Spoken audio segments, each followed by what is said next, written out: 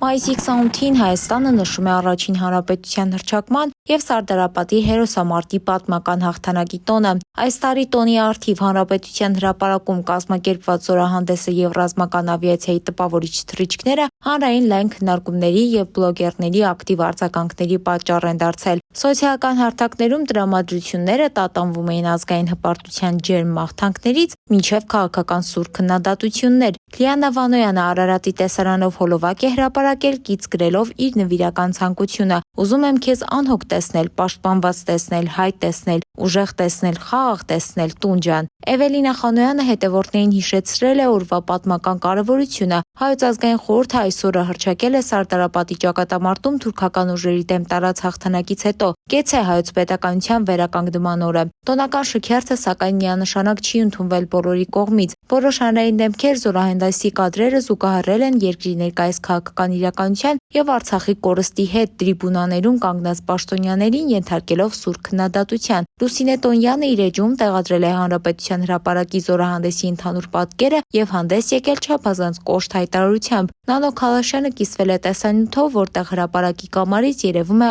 Արարատ լեռը և մեջբերել է աստվածաշնչյան հայտնի տողը և տապանը 7-րդ ամսվա 17-րդ օրը հանգրվանեց Արարատի լեռների վրա։ Սոցիալական հարթակներում տեղի ունեցած այս քննարկումները ևս մեկ անգամ փաստում են, որ պետական տոները և պաշտոնական միջոցառումները ժամանակակից հասարակության մեջ ընկալվում են տարբեր պրիզմաներով։